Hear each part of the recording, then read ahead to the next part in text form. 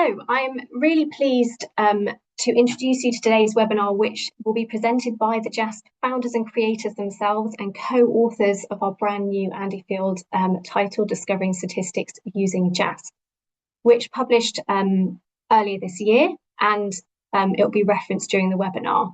On the screen, you'll find information about the book. You can use the URL or the QR code to get more information, and there is a 25% discount that we're offering to everyone attending the webinar.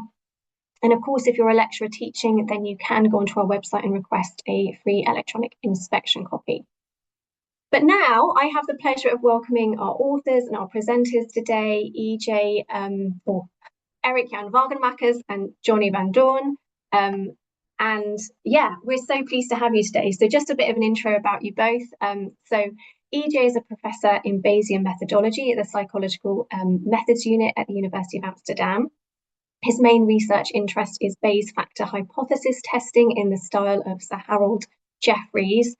And he's a really strong advocate of open science, and it's his very lab that actually spearheaded the development of JASP and the open source software program for statistical analysis. Johnny also works alongside him at the University of Amsterdam as an assistant professor in methods and statistics, also at the Department of Psychology. And Johnny's part of the JASP development team and works as an R developer, analyst, and teacher. And he's responsible for the ANOVA and regression analysis for JASP. So I am sure you'll all agree that we really couldn't be better placed to have anyone else come and talk to us than the founders and creators of JASP themselves, the co-authors of our brand new Andy Field Discovering Statistics title using JASP. And I just want to say a really big thank you to you both for taking your time to come and talk to us today, to share your expertise.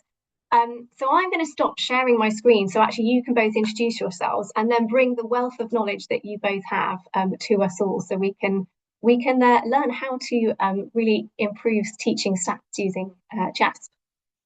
So I will hand over to you and I will stop sharing.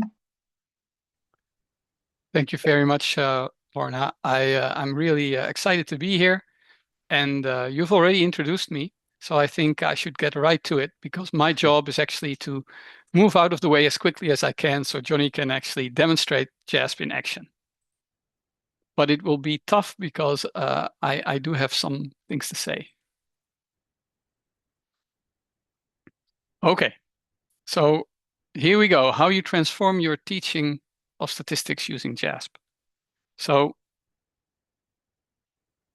the overview is as follows. I'm going to very briefly say something about JASP, why we're here now, how we are different, why students and teachers love JASP, why we did Discovering Statistics Using JASP, and why you can use it in your teaching. And I'm going to explain a few things about the JASP ecosystem and the JASP community. So first, what is JASP? Well, it's an open source statistical software with an attractive graphical user interface built on R. And for the past 12 years, we've been developing it mostly at the University of Amsterdam, but also at the University of Nijmegen, the University of Utrecht, and with help of collaborators and contributors all over the world. So this is an idea of how many people are part of the JASP team. This is not 100% current, but you get the idea. Sometimes people come in, they move out again. We have a solid core of 3 programmers, a series of postdocs, PhD students, assistant professors who all help out with the endeavor. If you want to learn more about JASP, consult the JASP website. It points basically to all things JASP, links to YouTube videos, materials, etc.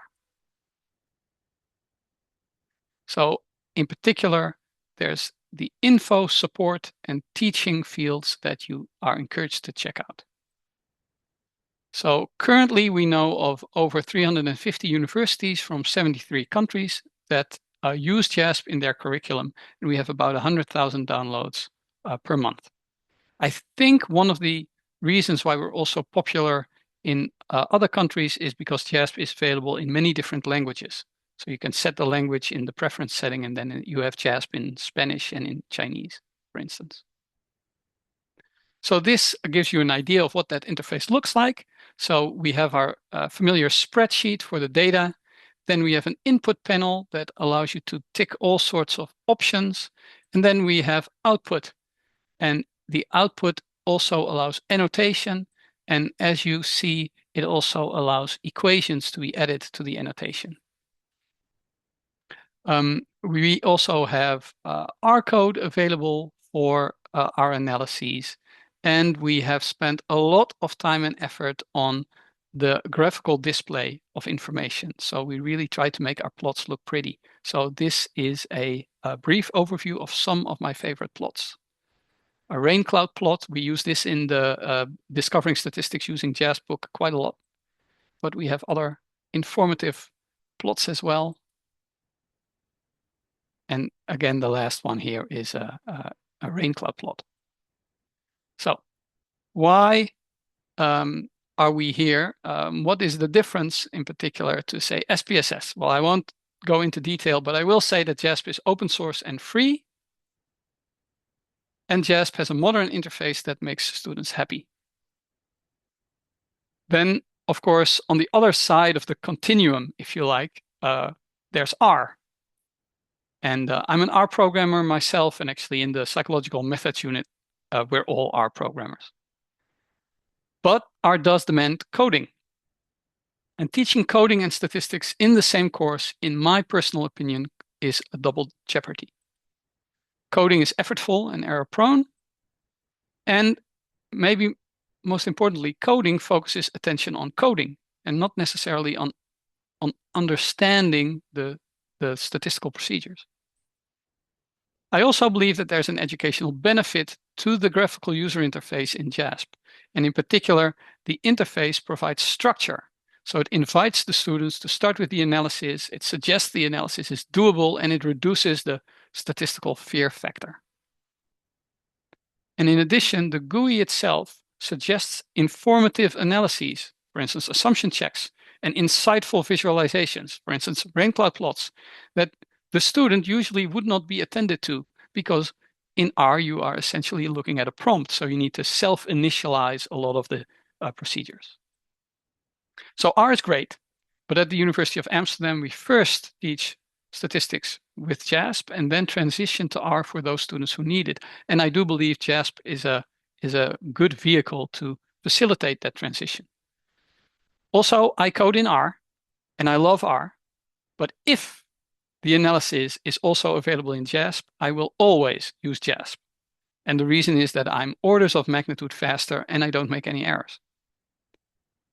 And as I already said, JASP facilitates a smooth transition to R. Okay, so why are we doing this now? Why have we done this book with Andy Field now? Well, since a few years, I believe JASP is a mature, comprehensive alternative to SPSS. This wasn't how we started out 12 years ago. We never thought we would reach this level of maturity, but here we are. And right now, JASP contains many important analyses that SPSS lacks or actually implements more poorly. So how is JASP different? Well, we've already discussed this, but for those of you in the back, JASP is 100% free and open source. It has an attractive, modern graphical user interface that encourages statistical learning. And also, the JASP development is firmly embedded at several universities, ensuring its continued development. Several of our programmers, for instance, have permanent positions at our department. And in some, JASP was created by universities for universities. Okay, so students and teachers tend to love JASP. Usually when we first teach them a different program and then we teach them JASP, we get the question, why didn't you teach us JASP from the get-go?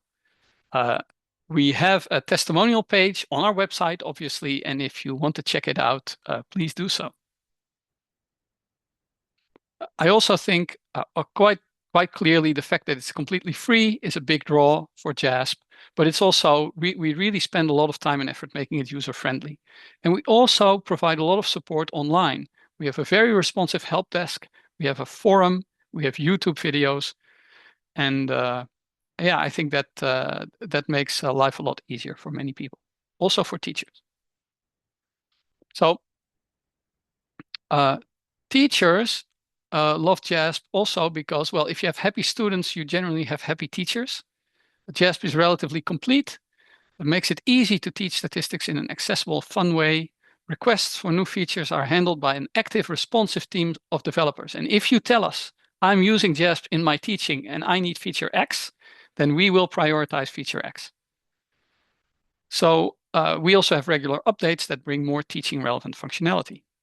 So one example is the Learn Stats module in JASP. So here's an overview of what that Learn Stats module does. It has a number of concepts that it exemplifies: standard errors, descriptive statistics, p-values. Here I'm going to briefly show you the interface for confidence intervals.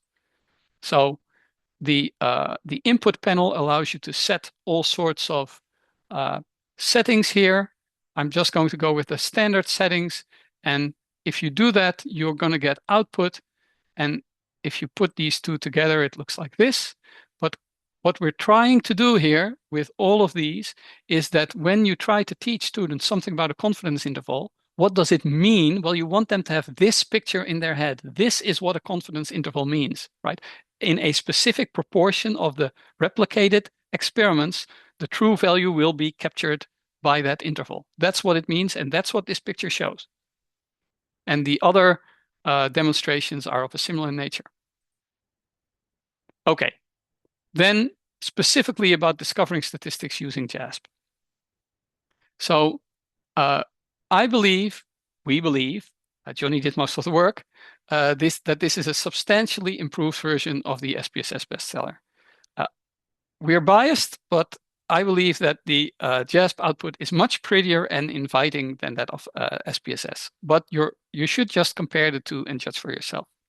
We've updated the examples. There's a heavier emphasis on data visualization, and the text is slightly more lean.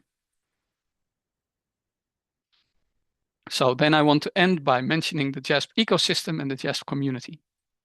So importantly, when you switch to JASP, either for your research or for your teaching, you have a lot of support. So we have a GitHub page for feature requests and bug fixes. We have a forum for more general stats questions. And we have a private Mattermost channel for teachers who use the book.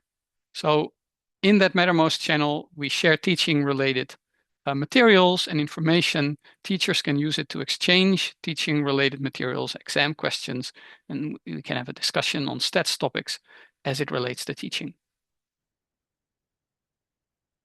So if you do decide to use this book for teaching, let us know and we can add you to the Mattermost channel.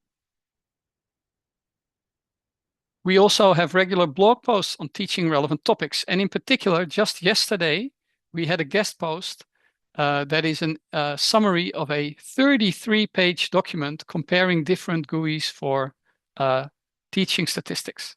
I wouldn't mention it if JASP wouldn't have done very well in that comparison, of course. So, and then the JASP community, universities can join the JASP community. This is not mandatory, this is optional. But if you want, you can join the JASP community at one of three tiers: bronze, silver, and gold. And if you participate, you get extra priority for feature requests and bug reports. You get training in the transition process and a 30% discount on discovering statistics using JASP. So if you go online, you can see the universities that are already gold, silver, and bronze members. So obviously, this is one of those situations where if all of the universities where JASP was used would pitch in a little bit, you know, we could develop the software twice as quickly. But yeah, so we're trying to gain momentum here, and the prospects are looking really good. This is actually that list of universities, and in fact, the day before yesterday, sixth university joined as a bronze educator, the University of Bristol. And I end the presentation with advertisement. There's no escaping advertisement. We will actually present a full day of discovering statistics using JASP, Monday, June the 30th. both Johnny and myself will do this. So on the JASP website, you can register for this one-day workshop. So it was a very short advertisement. And now it's time to see JASP in action, and I'm happy to hand it over to Johnny. Yes, thanks, EJ, for that introduction. Right, so I'm Johnny. I'm a white man. I'm blonde. I have a mustache, and I'm here to give a little demonstration of JASP. Yeah, I'm also very excited to do so because I've already been using JASP in my own teaching. I teach the undergraduate statistics courses in the psychology bachelor's. And now I also get to use my own book, so I get to be one of those teachers. So that's fantastic. So let's jump right into JASP. I want to quickly, yes. I want to show JASP a little bit. I want to highlight some analyses, and I want to show and highlight a couple of cool features that might be handy for your teaching. For instance, how to share your results or your data. So this is what JASP looks like by default when you just start it up. A big welcome screen, and in the top bar we have what we call the ribbon bar, where we have all different modules with different analyses in there. We don't have any data loaded at the moment, so none of these analyses are available. Well, to change that, I also want to point you to the companion website that we have to the book, discoverjasp.com. This features a lot of online supplementary materials that are also very useful for teaching. One of the pages is the data page, and that features all of the data files that are discussed in the book. So both for the exercises, for the lab code Lennies, and also the examples that are discussed throughout the book. I would like to highlight the ANCOVA, the analysis of covariance analysis in JASP, and for that I will use a famous Andy Field dataset, the puppy love dataset. From this webpage, you can download the JASP file that contains just the data, but you can also already download the JASP file with all the results, but I'll return to that later. So we can download the JASP file and load it into JASP. This is what it looks like now that we have loaded the data set. This is a data example where different participants were subjected to different forms of puppy therapy. Some people unfortunately received no puppy therapy, some people 15 minutes, and another group received 30 minutes worth of puppy therapy. The dependent variable here is the happiness after the puppy therapy, and we also are looking at a continuous covariate, the extent to which people show love to puppies. So in JASP, we have different columns highlighting these variables. We have different variable types. Here we can see that dose is a categorical variable, and happiness and puppy love are treated as continuous scale variables. And what you can also see is that now that we've loaded the data, all of these analyses have become available to us.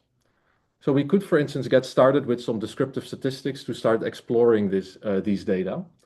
So when we click on a module, a submenu opens up with different sub-analyses.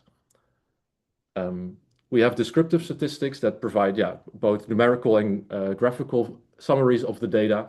We have a whole analysis dedicated to producing rain cloud plots that is explained in more detail in the book. But let's just dive into descriptive statistics. And this is also what EJ already showed. We have the input panel on the left-hand side and the output panel on the right-hand side. Usually we have some box containing our variables and another box where we can drag those variables to have them be analyzed. So for instance, if we want to get some summary statistics of people's happiness, we can drag this variable into the box on the right. And here you can see the real-time working functionality of JASP. The moment we specify a variable, JASP has enough information to produce some output, and it updates the output panel on the right-hand side. We have a glorious table with some summary statistics, the mean, how many valid observations we have. But of course, this table could be expanded. And so to do so, we could venture into these different tabs that can be expanded to show more options. This was a very conscious decision so as to not overwhelm the user with a million options, but to keep it bite-sized. In the statistics tab, we have various checkboxes that we could tick. For instance, if we also want to include the median happiness, we can tick the box median, and you can see that immediately the median gets added to the output table. So again, in real time, you're slowly expanding the table, and that's another core philosophy behind the JASP design, is a bottom-up approach, where we want to start as minimal as possible, maybe just a t-statistic and a p-value, but then also provide the options to very easily expand that table, again, in baby steps, so as to not overwhelm the user immediately with 4 tables that each have 12 columns, because even I find that scary. In the descriptives module, you can also find different tabs for producing plots. For instance, in the customizable plots tab, you have the ability to produce box plots, where you can create a box plot. Now, if we want to create, for instance, different box plots for our different experimental groups, we can specify those as the split variable, and this will make the output appear conditional on each experimental group. So we get separate box plots for each of the conditions. There are some more options. I'm always an advocate for using some colors in the plot. Yeah, this is basically how JASP works. The output panel gets updated in real time as you add options or remove them. Things get added and removed. Now, something that can already be highlighted is, for instance, the data editing feature that we have, because we can go back to the data sheet and, for instance, change a value in the happiness score. If we double-click this cell, we can, for instance, turn this happiness score into 15. If we go back to the analyses, immediately all the analyses are rerun, and all of a sudden we have an outlier in the box plot. Let's go back to the box plot options. We can choose to label the outlier, and then we see, oh yeah, in the first row, we have this outlying data point. So here you can, for instance, very quickly, very easily show the impact of a single outlier on a box plot. And because the results are updated in real time, it just goes very smoothly, and you can really focus on the statistical ramifications of that added data point. Let's undo that. So now we are reverting back to the observed value of 3. All right. Yeah. So that was the descriptives. Now I want to show what the ANCOVA analysis looks like. To do so, we go to the ANOVA module, and here we have the options to do a frequentist ANOVA. If you feel like a Bayesian, you can also venture into there, but let's focus on the frequentist ANCOVA today. And here we have a bit more options, because we can specify, again, a dependent variable. This is not yet enough information for JASP to do any computations, but the moment we also specify a fixed factor, JASP already has enough information to produce some results, and we already have produced an ANOVA table. Now we can also include our covariate, and here we have it. We've done an ANCOVA in 5 seconds. And again, you can keep on expanding this output. You can include a table with descriptive statistics. Maybe you like effect sizes. Because we have multiple variables, let's go for the partial effect size. We can even include a confidence interval there. And again, JASP makes it very easy to highlight the repercussions of changing some settings. For instance, we could alter the confidence level of the confidence interval for our partial omega effect size. For instance, if we set this to 80, you can see that the interval becomes a lot more narrow. So again, just an example of how you can very quickly highlight what an option does, and because the results are updated in real time, it makes it very tangible.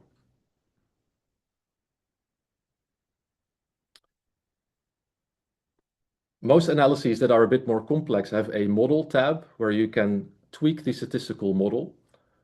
For instance, we might want to add a interaction effect. To do so, we highlight multiple predictor variables. drag them into the model terms box. And as you can see, we've added an interaction effect to our ANCOVA table. Now, as EJ mentioned, most analyses for which it's relevant have a tab called assumption checks, or a group of options called assumption checks, where you can test the equality of variances, and most of the analyses also feature some QQ plot of the residuals to assess the normality of your statistical model or of the data. I also want to highlight quickly the contrast analysis, because I think this is also a lot more straightforward to do than in SPSS.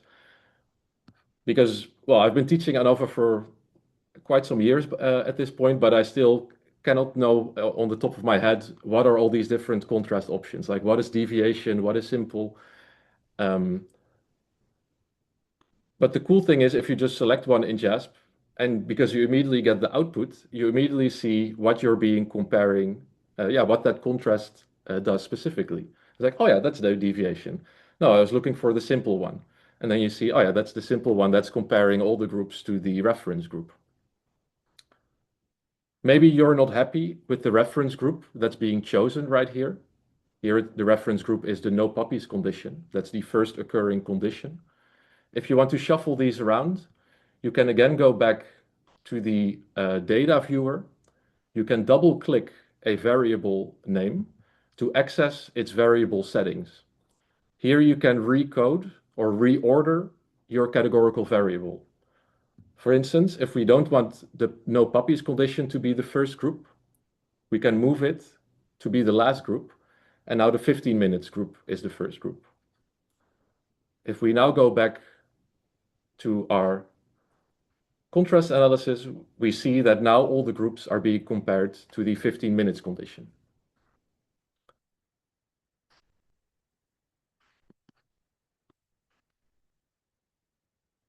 But my favorite option for the contrast is the custom option, because here you can just write your own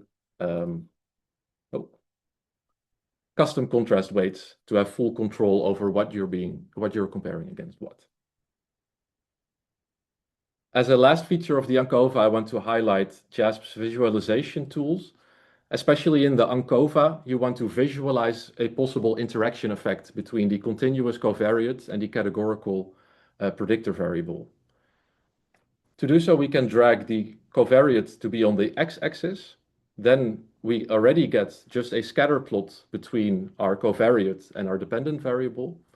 But if we now also specify those to be the separate lines argument, always request also some error bars, we get a plot that shows the regression lines for every experimental group separately, which visualizes the interaction effect, which I think is extremely, extremely crucial when you're teaching ANCOVA. And it's very simple to produce in JASP. And it has a pink line in there. That's also pretty cool. Now, lastly, also rain cloud plots, because they're also just so pretty. These are more for assessing the distribution of your data, for instance. Now, we have all these results. And there's different ways that you can share these results with your students or your peers. Firstly, you can do a little bit more to these results. You can also annotate them. Most output elements have a drop-down button, this little triangle, where you can choose to add a note, which features a text editor where you can do all sorts of really cool things. You can embed YouTube videos, you can put images in there. There's a whole LaTeX editor, a lot of stuff to play around with, to explain your output, to also maybe, for instance, describe the research or the research scenario that was used. A lot of information can go in here. And in fact, we also use this a lot in the supplementary materials for the Discovering Statistics book. If you go back to the website, for instance, the lab code Lennies that feature real research to illustrate analyses. For instance, we can go to chapter 11 about the ANOVA. features a piece of research about differences in Machiavellianism between different Harry Potter houses. So a cool example for an ANOVA. And we give this as an example, but we always include a JASP file with the results. And we have also exported all the JASP files to HTML files, where you can view directly in your browser the JASP output with the annotations in there. So not even you need to have JASP installed, you can already produce a report that anybody can just view in their browser. If you want to be a bit more specific, you can, instead of only sharing the HTML file, you can save your file here as a JASP file, and you can send that to somebody else. And I'll also show this with the LabCode Lenny example. I will just download this JASP file and open it. And here I have a full ANOVA with that data. It's annotated. You can see all the settings that were used to create all of those results. So it's the complete package. So this is very nice for being able to share results and data and annotations with students. And then they can open that JASP file and explore the options, maybe even also change some options to see, oh, what is happening now with the results.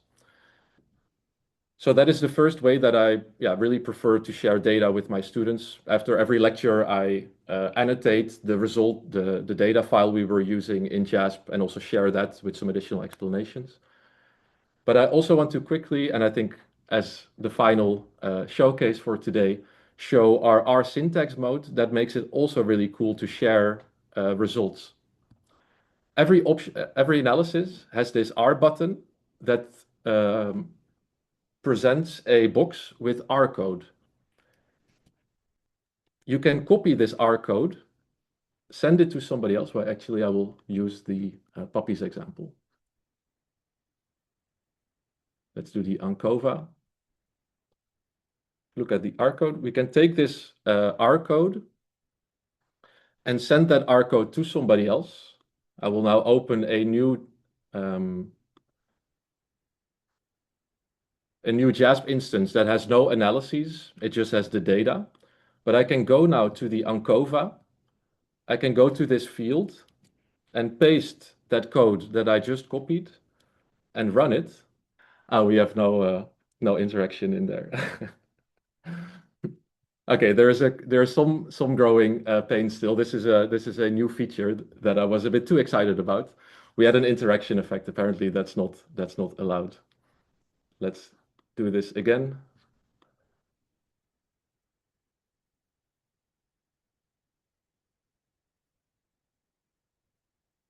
Yes, the interaction was causing a little bit of problems there. That's good that we discovered that bug. But the cool thing is now we pasted this code, we ran the code, and we are recreating exactly the same results that we just had as during the live demonstration. I only needed that R code to reproduce all of the analyses that I just highlighted. So that's another way, and a very straightforward way of sharing all the settings that were used to do an analysis. Okay, well, unfortunately, I do think I have to stop talking, but if you come visit us in July, we have plenty more really cool stuff to show you. Yeah, and I'll think I'll give the floor back to Lorna. Thank you both. That was absolutely brilliant, really helpful to have a bit of a live demo as well as a talk through. And I'm actually going to hand over to Amber, who has been looking through our Q&A, and thank you so much for sending all these questions through. We're going to pick a few out from the Q&A box and a few that might have been submitted in advance and try and answer as many as we can. So I'll hand over to you, Amber. Thank you very much. Hi, everyone. I'm Amber. I'm a marketing executive here at Sage. My pronouns are she, her, and for accessibility purposes, I'm a white cisgender woman with brown hair, pink glasses, and headphones. So I won't waste any more time as you've all submitted some great questions. So jumping right into the first one, somebody has asked, I would like to know some general tips on how to transition an introductory statistics curriculum that uses SPSS to JASP. Johnny, do you want to take So that is how to best shape an introductory statistics curriculum? How to best change, I think, from your SPSS, what people are doing now to JASP. I would say buy the book is probably the first step you want to take, right? That's the desired answer, but I do think it's the best first step you can take. I think not a lot has to change, because the statistical analyses themselves and the results are going to be all the same. So that was also really nice about rewriting Andy's book. 50% we could just leave the same, because a t-test stays a t-test in JASP just the same as it is in SPSS. I think the bigger change will be that you have quite a bit more space during a lecture to highlight certain options and show how they affect the results. Because generally in SPSS, you click through all the options and then you get all the results. And then to change something, you need to go back through that whole jungle. And that just delays the class a lot, puts people to sleep. Whereas with JASP, you can in real time just toggle options. So that would be my tip, to incorporate that a little bit more into the lectures themselves. But I think in terms of your homework exercises or exam questions, they can all stay very much the same. You might need to change your .saf file to a .jasp or .csv file, but JASP is also able to read SPSS files, so that's already very convenient. But for instance, yeah, screenshots in your instructions, they would need to be updated. But for that, you can also just refer to the book. I'm very happy because I need to do a lot less work now in my own stats courses, because I can just tell people, oh, go to chapter 10 in the field, and you'll see how to do an ANOVA in JASP. It has all the screenshots. It walks students through them at a very nice pace. So yeah, maybe I'm also a little bit biased, but I think it will be a fairly painless change. You will just have more room, yeah, for diving into the statistics, which is in the end what we're after. Brilliant. Thank you very much. Jumping straight into the next question, somebody has asked, a couple of people have mentioned students who are particularly fearful or unfamiliar with statistics. What advice would you give to lecturers supporting those students? And are there any approaches you'd recommend or anything in the book that would especially help with this? Well, so I will also have Johnny speak to that, because he actually interacts most with our first and second year students. But I do think that when you're confronted with students who are usually, they didn't study what they're studying because of a deep love for statistics, I think this is both what Andy Field has done very well, and what JASP has done very well too, right? We're lowering the fear factor quite dramatically. Andy does that quite well in his book, and I think the software, in that sense, really ties brilliantly to the book. It's really a great combination, and I think if it's almost impossible, I would say, to lower the fear factor even further. I'm not sure how you would do that. Yeah, I think, yeah, just to elaborate on what you said, EJ, like the examples, they help a lot, and there's a lot of exercises. I can really invite you to take a look on the Discover JASP website, because it has really a lot of practice material for students. Data sets with specific questions, but also JASP files with all the settings already in there. So hopefully, yeah, to invite students to just go explore and click around a little bit in an as least scary way as possible. I will say that the biggest danger for when introducing JASP in your courses is that or that's my experience at least, all of a sudden all the nice comments in the teacher evaluations were about JASP instead of me. So you have to be prepared for that. Brilliant. Thank you both very much. I think, yeah, the book is great for breaking it down into very simple context, even for my entirely unstatistical brain. It was nice to read through, and I found myself understanding things, which was more than I could say previously.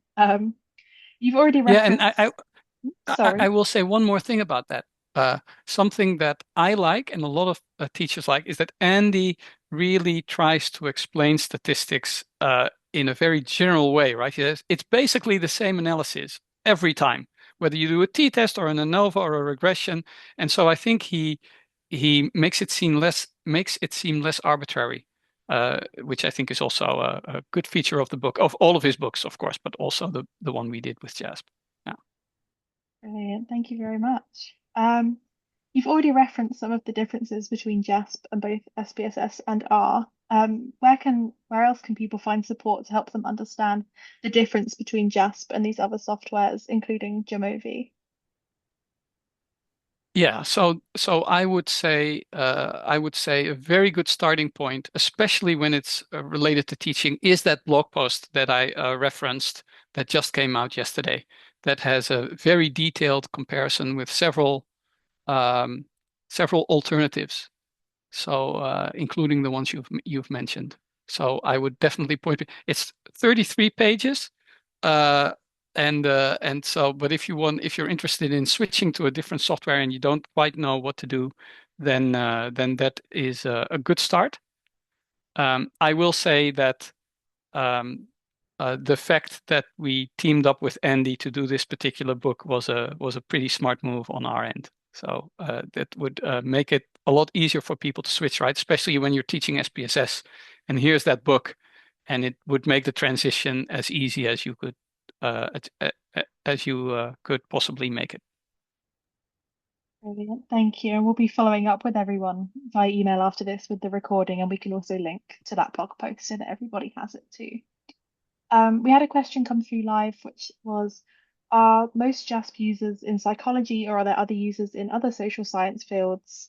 This person was in sociology, but loves the idea of an SPSS alternative that provides a gateway to R. Is there support and examples for fields other than psychology? Well, maybe you know some other fields as well, Johnny, but I do know that because we offer a lot of modules, we didn't highlight that, but there's actually a lot of extra material that's sort of hidden away from the average user, but the user who wants more can get it. And that means that, for instance, in auditing, it is used, and also in businesses that do quality control, we have an excellent quality control module.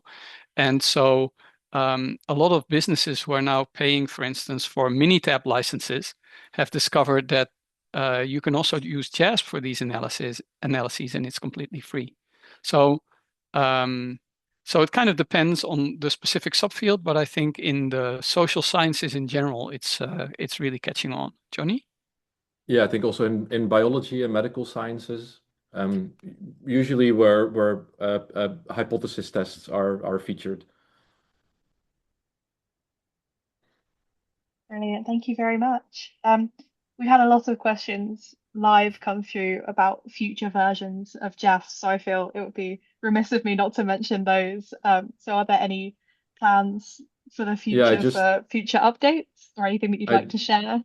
I just responded to one because, yeah, we have been saying that full R integration is right around the corner for quite a while by now, but because, yeah, it did turn out to be very tricky to implement. But it is, well, now we are fairly sure that it's right around the corner. We are moving to, we're making quite a jump in version number. It's a little bit of a tribute to Windows 95. So the next version will be 0.95 to indicate that we are really close to 1.0. And 1.0 will be the moment that we have full R integration. So also an R package that you can call all JASP analyses from within R. And that is scheduled for the end of the year. So yeah, fall, winter. Yeah, but maybe EJ also. Yeah. Well, but there is in between then and now. We have a version that we're testing at the moment. That's about a new version that's about to come out, and it offers more functionality that I think is also very relevant for teaching. So Johnny demonstrated this, that in descriptives you could create these plots, but we will have a separate submodule dedicated to data visualization that we're very excited about. And also, this is something that maybe not many people care about deeply, but the next version will be, I think it's the only software based on R that is actually sandboxed. So that means that when you run JASP, it is run in a container. It's sandboxed, which basically means it's much safer. than what it would otherwise be. And so I'm told our programmers told me that R is actually not all that safe, and so we did a lot of work to address that issue. So the user who runs JASP won't see certain changes, but a lot of work is happening behind the scenes to make it better. But we're always excited about the next version, and the upcoming one is going to be pretty good as well. So expect that in a few weeks. That's great and very exciting to be so close to the finish line for 1.0. We've had a question that somebody would like to pitch a reason for their university to move to JASP. Is there a charge to universities to use it, install it on their PCs en masse? And I guess further to that question, how would they, like, do you have any suggestions for how to pitch it? You've obviously highlighted some of the great reasons, so just an opportunity to go back to some of those amazing reasons to switch to JASP. Yeah, we also get a lot of questions from companies who ask us, can I use it for, what, and then we tell them you can use it for whatever purpose, no strings attached. It's completely free. And sometimes I have to send multiple emails because they don't believe me, and I have to tell them, like, really, it's completely free. So obviously this is a selling point, but I also think it's not just relevant for the particular course that you're teaching, right? You also want to teach students something that they can use when they leave universities. And if you talk about commercial software packages, I have a principled objection to them because you don't really know what's going on in terms of the code.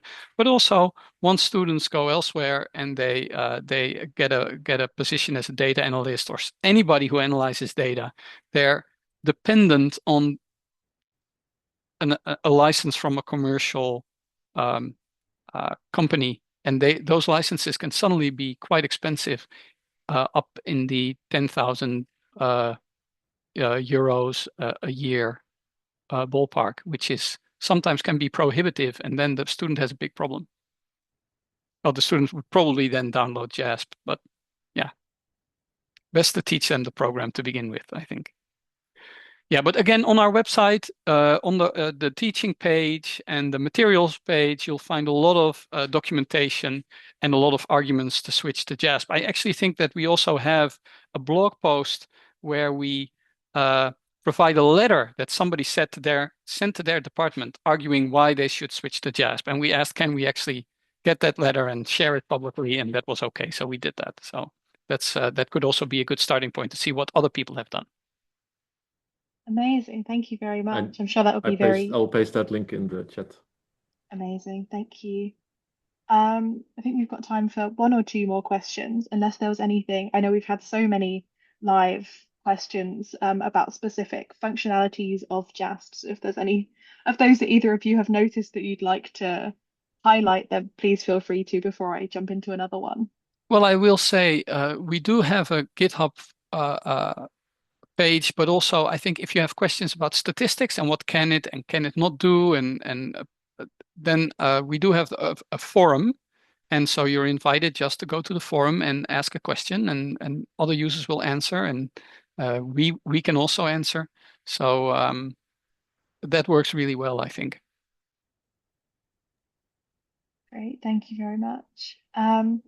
We had some questions about the different types of charts and graphs that you're able to create and ways to visualize data within JASP. I know you highlighted the rain cloud plots, but some people have asked about more simpler ways to show data. Is there anything that you'd like to speak to those questions?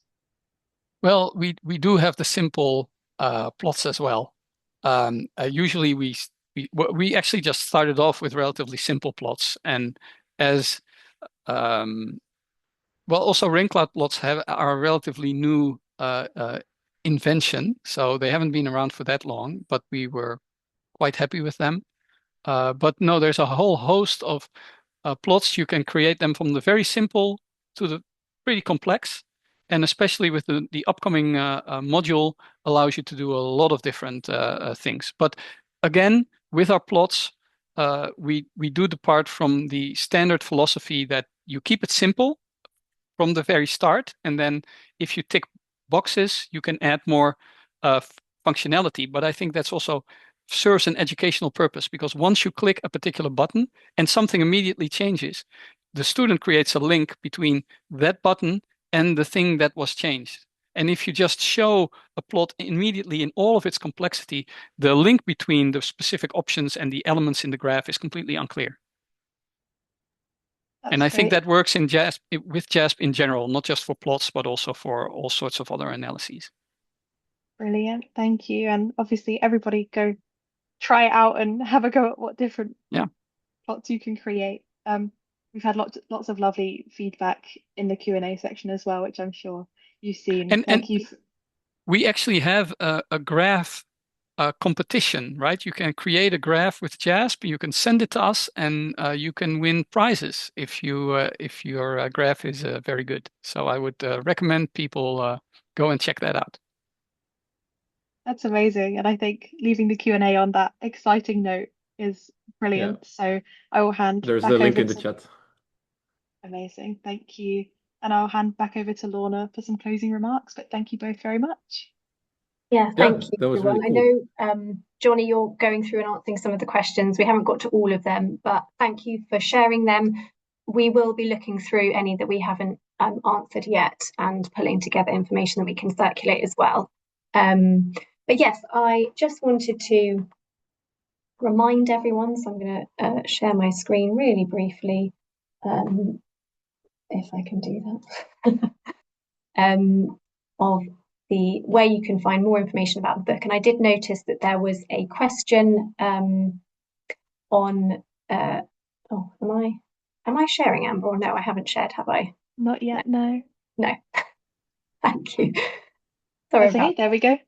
Perfect. So just wanted to remind everyone that this is the information you can go to find out about the book, get the discount. And I noticed that there was a question around a kind of assignment support and a kind of management tool for that. Whilst there isn't a management tool per se, what we have is lots of online resources. So we've got a Sage hosted page that has lots of user support for lecturers, so kind of presentations, teaching tools, etc. And then Andy has also got a student focused page as well. So we will share the links after this so people can access the additional support for assignments. And then I just wanted to remind everyone that if you wanted a deep dive, obviously Johnny and EJ, you've done a fantastic job at giving us this overview, but if anyone wants a little bit more of a deep dive into the software and into the book, then do join this one-day workshop that they've got in a few weeks' time.